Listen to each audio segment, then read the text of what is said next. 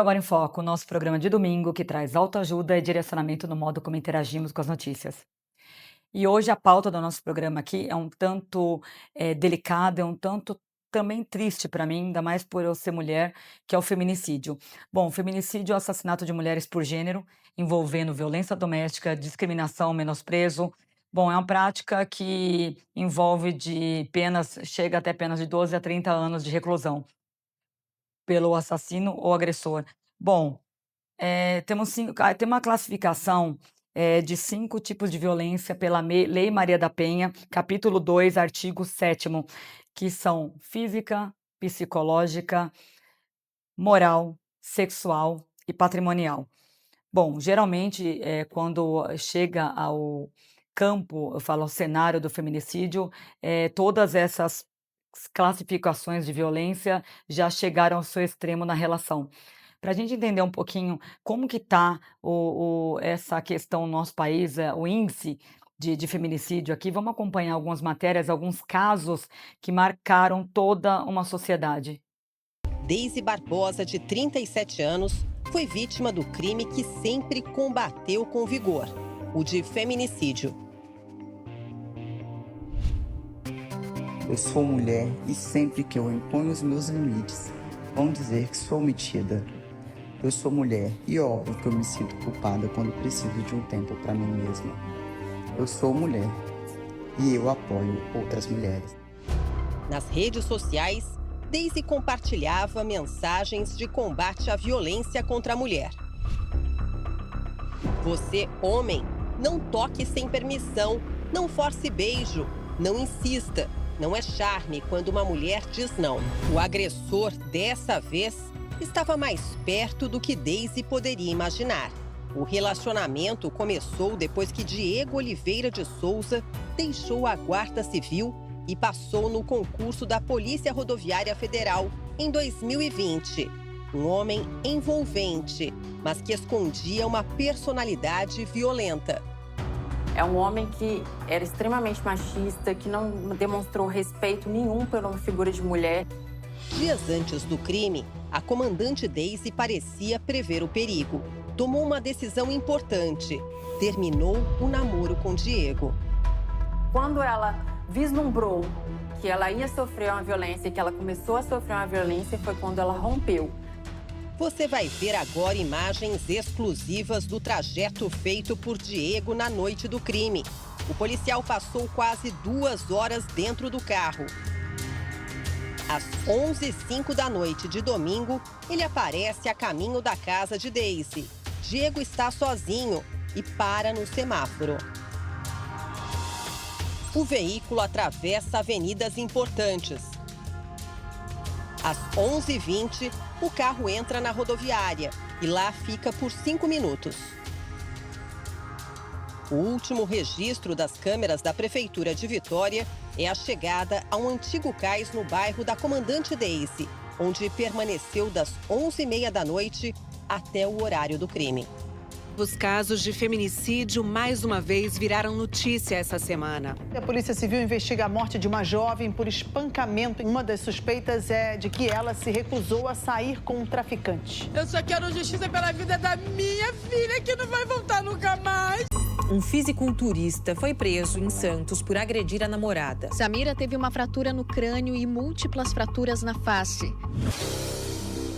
Samira não pode mais sorrir. O lado esquerdo do rosto está paralisado. Perdeu 50% da visão do olho mais atingido.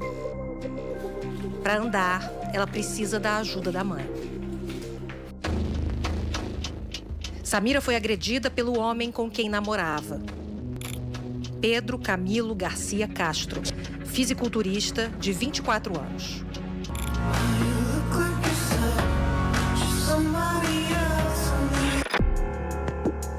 Jennifer Sabrini Gonçalves Oliveira, uma vítima da violência capaz de reescrever a própria história. Eu junto todos os dias os caquinhos para me reerguer e recomeçar. Num apartamento do segundo andar deste conjunto de prédios na região metropolitana de Belo Horizonte, ela sofreu uma tentativa de feminicídio. Quando ele entrou no quarto, que eu me vi diante de uma faca, e que ele não queria que eu abrisse a boca, porque naquele momento a única coisa que eu pedia era misericórdia. O agressor era o próprio marido, Pablo Henrique de Oliveira Rodrigues. Um casamento de quase 9 anos, que pelas fotos nas redes sociais parecia tranquilo, mas não era bem assim. O primeiro prato que ele jogou, ele falou assim, eu joguei ele pra não dar um soco na sua cara. Até que um dia, um desentendimento maior deu a Jennifer uma certeza. Eu sabia que eu ia morrer, eu não tive dúvida disso. Quando eu vi que ele não estava disposto a nem me ouvir, aí eu clamei pela minha vida e pela misericórdia. Mas uma janela do quarto mudou o rumo desta história. Quando eu vi o brilho da janela, eu falei, opa, eu tenho 2 chances de morrer e uma de viver. Foi ali que eu tive coragem de acreditar que nessa uma chance eu poderia escapar. Mesmo com medo de altura, ela arriscou. Naquele momento foi o desespero, eu não lembrei de mim. Quando eu pulei, eu me colidi com o ferro e posteriormente vim atrito com o chão. E naquele primeiro momento, a sensação é de desespero para correr, mas ali eu descobri que não tinha condição de eu correr, não. O ex-marido colocou Jennifer no carro, dizendo aos vizinhos que ela havia tropeçado e caído. Mas o trajeto não foi rumo ao hospital. Ele saiu sentido contrário e ele falava, não, eu não posso te levar para o hospital, porque se eu te levar, você vai me entregar, você vai me denunciar. Mas uma viatura da polícia na avenida fez o agressor mudar de direção. Quando eu levei o punho para fora, que o policial viu o meu braço sangrando, ele pulou na frente da viatura e falou, o que é isso, o que é isso? Aí que ele falou, não, foi um acidente, tô levando ela para o hospital. Aí o policial falou, não, mas o caminho que você está percorrendo é contrário, nós vamos por aqui. Nos primeiros 12 dias da internação, Pablo passou o tempo todo ao lado de Jennifer. Ele manteve a mulher incomunicável, impedindo que ela contasse a verdade para a família. Tainara Souza Santos estava internada no Hospital das Clínicas em São Paulo. No dia 29 de novembro, ela foi vítima de uma tentativa de feminicídio. Douglas Alves da Silva, com quem ela tinha saído algumas vezes, discutiu com ela. Momentos depois, ele entrou em um carro e avançou contra a Tainara, que ficou presa debaixo do veículo. Ela foi arrastada por cerca de 1 quilômetro. Por causa dessa agressão, ela precisou ter as pernas amputadas. Ontem, ela passou por uma nova cirurgia de amputação da região da coxa, necessária para a reconstrução dos glúteos. Além disso, ela passou por uma traqueostomia, que é um procedimento de reparação. Mas, infelizmente, ela morreu nessa noite. A informação foi confirmada pela família e pela advogada que acompanhava a Tainara desde o dia que o crime aconteceu. Olha, eu vou trazer agora alguns dados extremos de 2026. Dados do primeiro semestre de 2026. Total de casos, 741 mulheres mortas entre janeiro e junho de 2026, comparado a 760 casos no primeiro semestre de 2025. Evolução mensal. Junho de 2026 teve 108 registros, o menor índice mensal de todo o primeiro semestre do ano. Início do ano, o primeiro trimestre acumulou 399 vítimas, uma morte a cada 5 horas e 25 minutos, com São Paulo liderando os números estaduais do período. Bom, Programa Geral Histórico Recente. Recordes anteriores, o Fórum Brasileiro de Segurança Pública divulgou no meio do ano de 2025, que fechou com 1.571 vítimas de feminicídio, marcando o 4º recorde consecutivo na histórico, nacional. Perfil das vítimas. A maioria dos crimes ocorre dentro da residência da vítima, cerca de 62%, cometidos por parceiros ou ex-parceiros íntimos, atingindo de forma expressiva mulheres negras e em idade ativa. Olha, nós vimos as matérias que chocaram a nossa sociedade, o nosso país, principalmente o caso da moça que foi arrastada aqui em São Paulo pelo um ficante, não é nem ex-companheiro, um ex-ficante, que arrastou ela pela marginal. Esse caso repercutiu muito nas redes sociais, vídeos chocantes e extremos. E só que eu fico olhando isso aqui, eu estou passando esses dados para vocês, mas eu sou mulher. E para mim, eles apontam dados, 741 mulheres, 1.500 vítimas, registros. Eu estou falando de pessoas. Vamos lá, vamos voltar ao lado humano. Estou falando de mulheres. Mulheres sendo humilhadas, machucadas, maltratadas, humilhadas sim, porque nós vimos esses vídeos dessa menina que foi arrastada pela marginal, ela num estado deplorável. com programas, telejornalismo, apresentadores chocados com a extrema violência de gênero também, de sexual, porque com órgãos íntimos expostos ali. E teve um programa até que uma jornalista ficou muito, mas muito em choque da menina, imagina ser arrastada toda machucada e tá cobrindo ali as partes íntimas, por questão dela se sentir exposta, ela estava toda dilacerada, mas a exposição da parte íntima dela a machucava também naquele momento. Então, vamos pensar, gente. Tudo bem, esse cidadão, que eu falo que não é um homem.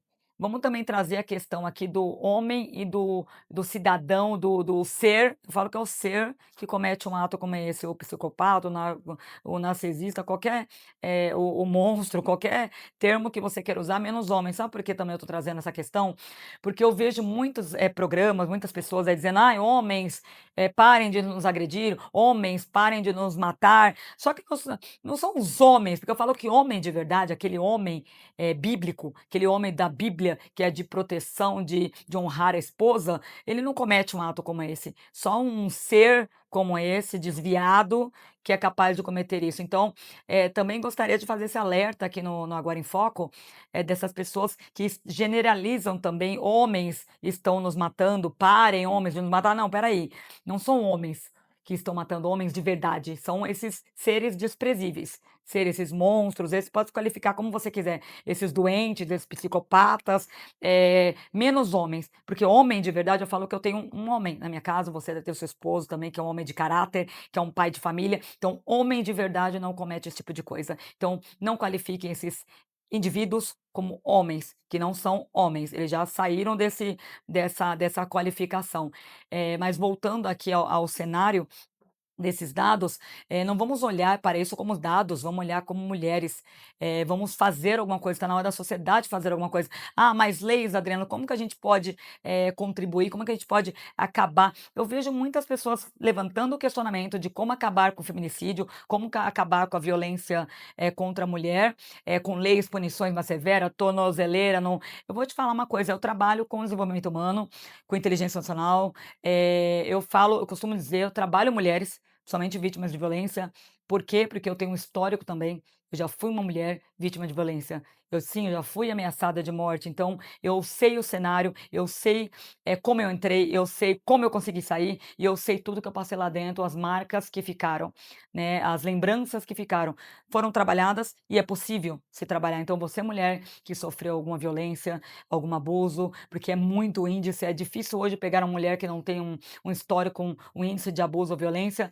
Olha, tá aqui o contato do Universo Glense, eu vou deixar aqui embaixo, do IGLA também, que trabalha mulheres, o próprio Metamorfose, um treinamento desenvolvido por mim, através dessas vivências, experiências, podem te ajudar nesse processo. Sim, porque a gente não precisa viver com essa marca para sempre. Eu não carreguei. Né, eu deixei lá para trás. Então a gente não precisa, porque quando você carrega profundamente aqui dentro, você se acaba, você deixa de ser a mulher que você gostaria de ser para ser a mulher que o outro determinou que você fosse, né? A vítima, a coitada, a amedrontada. Então é possível mudar o olhar que você tem, principalmente de você com você mesma. Como? Aqui, ó, você pode entrar em contato comigo diretamente, meus canais aqui de contato do Universo Glense, que eu posso te ajudar, eu posso te orientar de como você pode trabalhar isso em você, tá? Mas independente de qualquer coisa, eu vejo as pessoas apontando soluções, mas a maior solução que tá é, na verdade, uma reconstrução cultural, eu falo.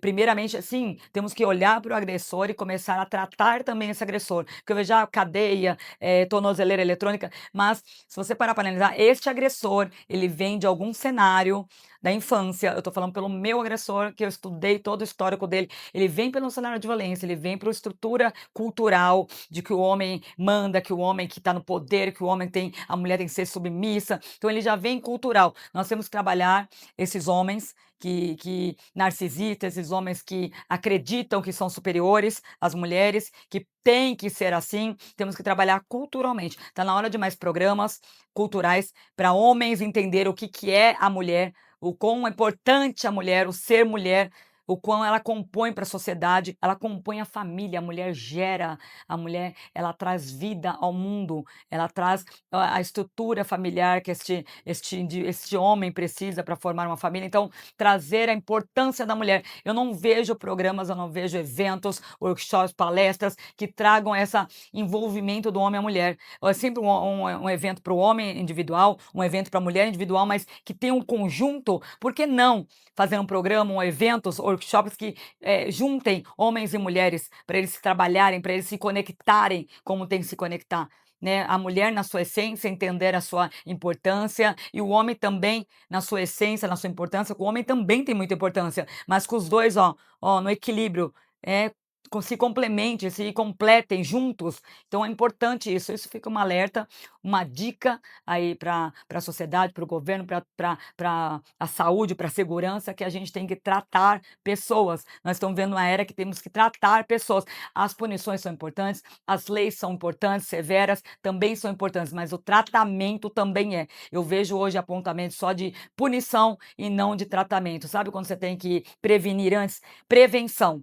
Prevenção, é que nem a prevenção de uma doença, de uma doença mais grave, prevenção, de um câncer, você pode diagnosticar ali no início, ter mais salvação, ter mais tratamento adequado, então é prevenção, prevenir antes, e a gente só previne esse tipo de situação que está acontecendo de abuso, obviamente eu falo que é a mudança cultural, porque se a gente parar a pensar, nós vemos uma sociedade onde as mulheres não tinham direito nenhum, então nós tivemos que garimpar, assim, né, digamos assim, a gente teve que lutar, batalhar e garimpar pelos nossos direitos. Hoje nós temos um campo maior, um campo aberto, sim, mas ainda não é o ideal, ainda existe muita relutância de alguns homens de entender que a mulher compõe muito, muito forte a sociedade.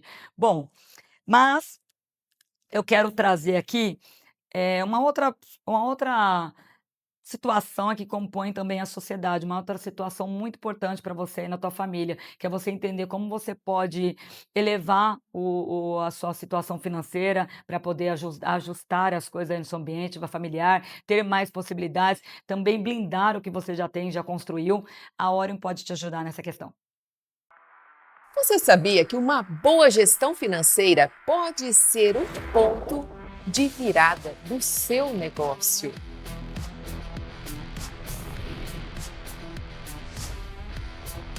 Orion 360 Capital e Engenharia Financeira.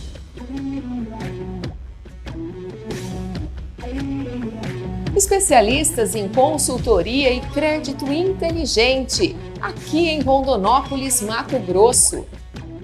Uma equipe experiente, qualificada, pronta para oferecer soluções personalizadas de acordo com a sua realidade e os seus objetivos. O grande diferencial é atuar com um ecossistema completo, integrando captação de recursos e serviços financeiros em um só lugar. E quando o assunto é acesso a crédito inteligente, o Home Equity vem ganhando destaque no mercado.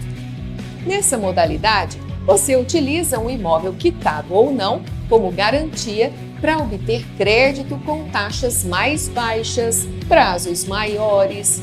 Uma alternativa estratégica para quem busca melhores condições do que linhas tradicionais, como crédito pessoal ou capital de giro. Orion 360 Capital e Engenharia Financeira.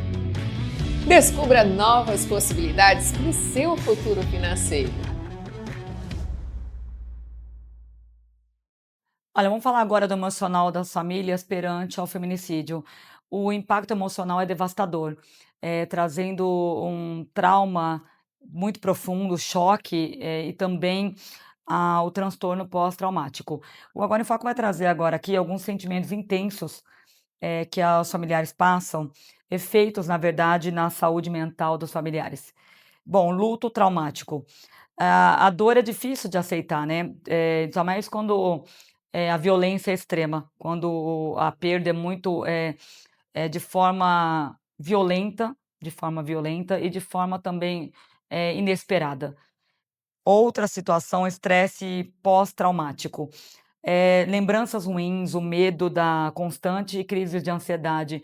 Obviamente que a familiar, sofre também todas essas questões que a própria vítima também sofria, por conta do estresse de que nada poderia ter sido feito ou algo poderia ter sido feito, e isso vai consumindo ali a pessoa, esse estresse todo pela situação, ainda mais se essa, pessoa deixou, filhos.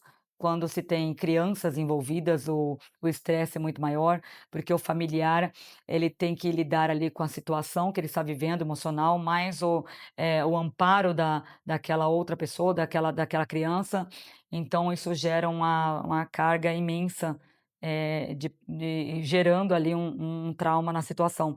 Bom, depressão e culpa. Tristeza profunda e culpa por não ter evitado o crime. Muitas famílias passam por essa situação, de tristeza profunda por não ter ajudado, não ter, impedido o que aconteceu.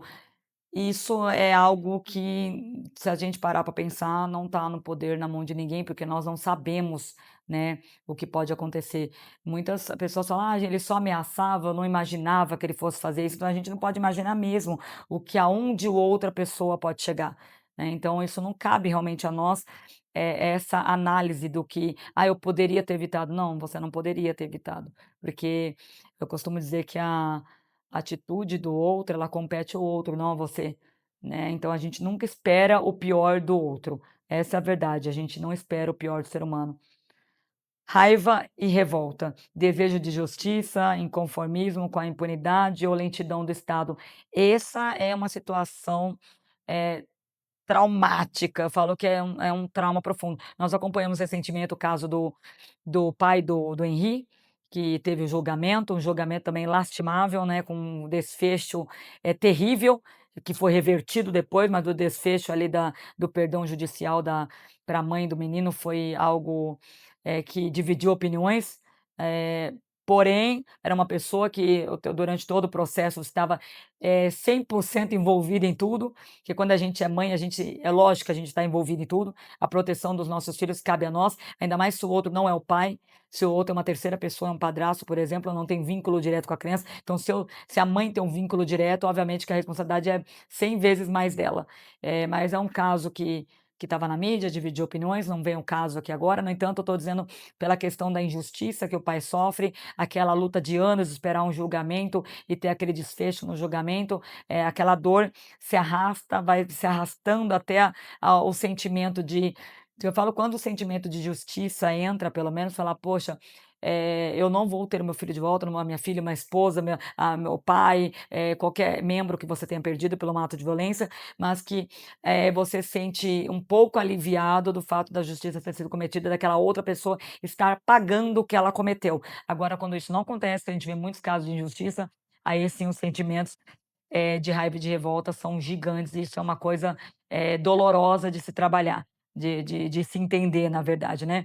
Bom, vamos falar agora do impacto, sobre os órfãos, somente de mães, né, porque mãe a gente sabe que para um filho é algo que ele não cogita perder ali na vida dele, ainda mais quando a criança é muito pequena. Bom, a perda de referência, principalmente crianças e jovens ficar sem a mãe é algo, também devastador, porque na maioria das vezes a mãe está morta e o pai está preso. Ou vice-versa, o pai está morto, como o caso da Elisa Matsunaga também, que o pai está morto e a mãe está presa, e a criança foi criada pelos avós. Então, quando envolve diretamente o pai e a mãe, aí é algo devastador para a criança.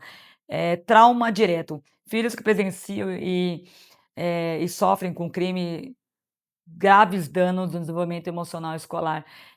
Como eu acabei de falar, os pais envolvidos, como que é o emocional e o mental dessa criança para entender, né, que é muito difícil, quando a criança é muito pequena, é muito difícil ela poder entender que, por exemplo, o pai matou a mãe e a mãe tá, né, não vai voltar mais, nem o pai também vai voltar mais.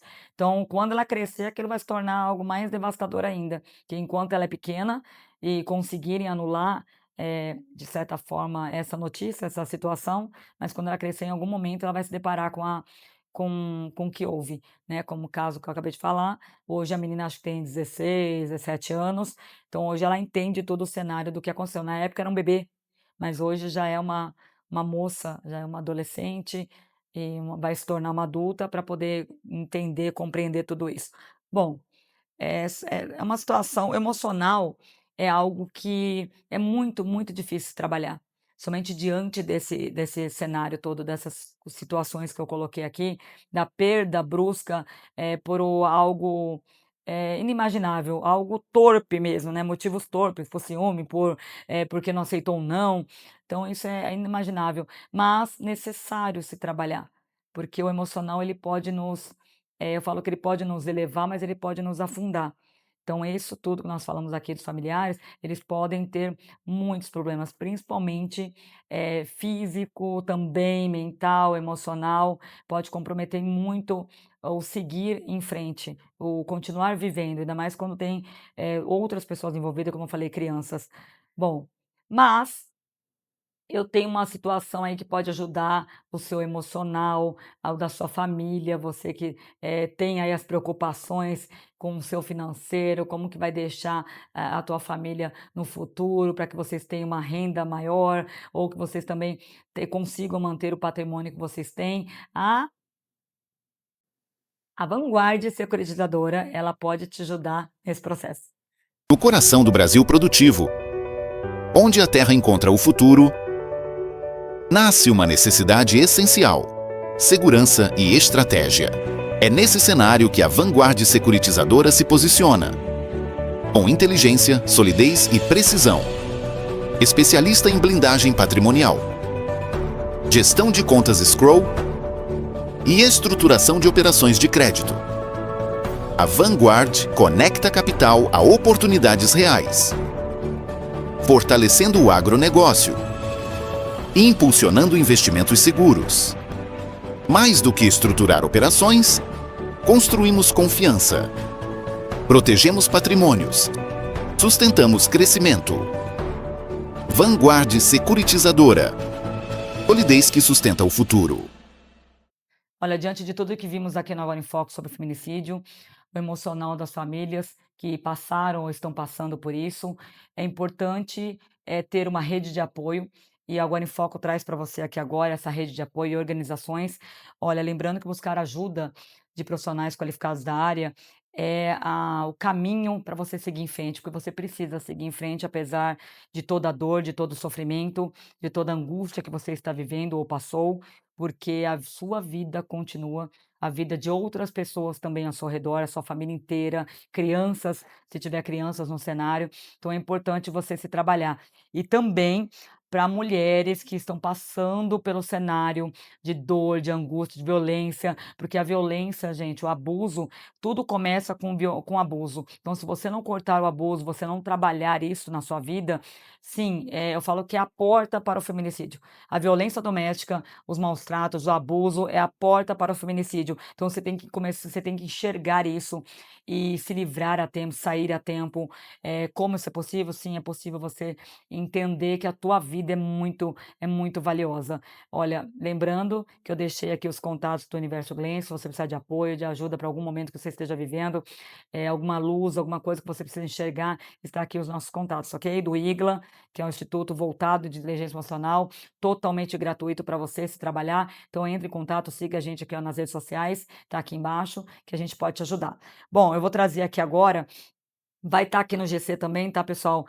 Os canais os órgãos, né, de rede de apoio e organizações que podem te ajudar nesse momento, que seja a situação que você está passando. Olha, canais de urgência e denúncia, tá? Para você, vítima de abuso, lembra abuso físico, psicológico, emocional, patrimonial, aqui, ó.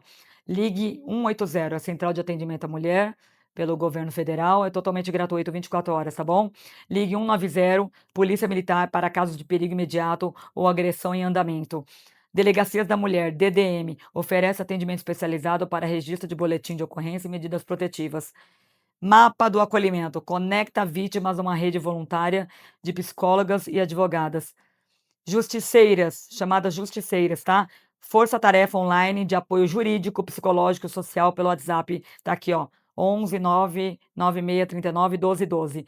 Pessoal, lembrando que tudo isso são redes de apoio e organizações que ajudam você no processo, mas a maior ajuda e apoio que você pode ter é sua e da tua família.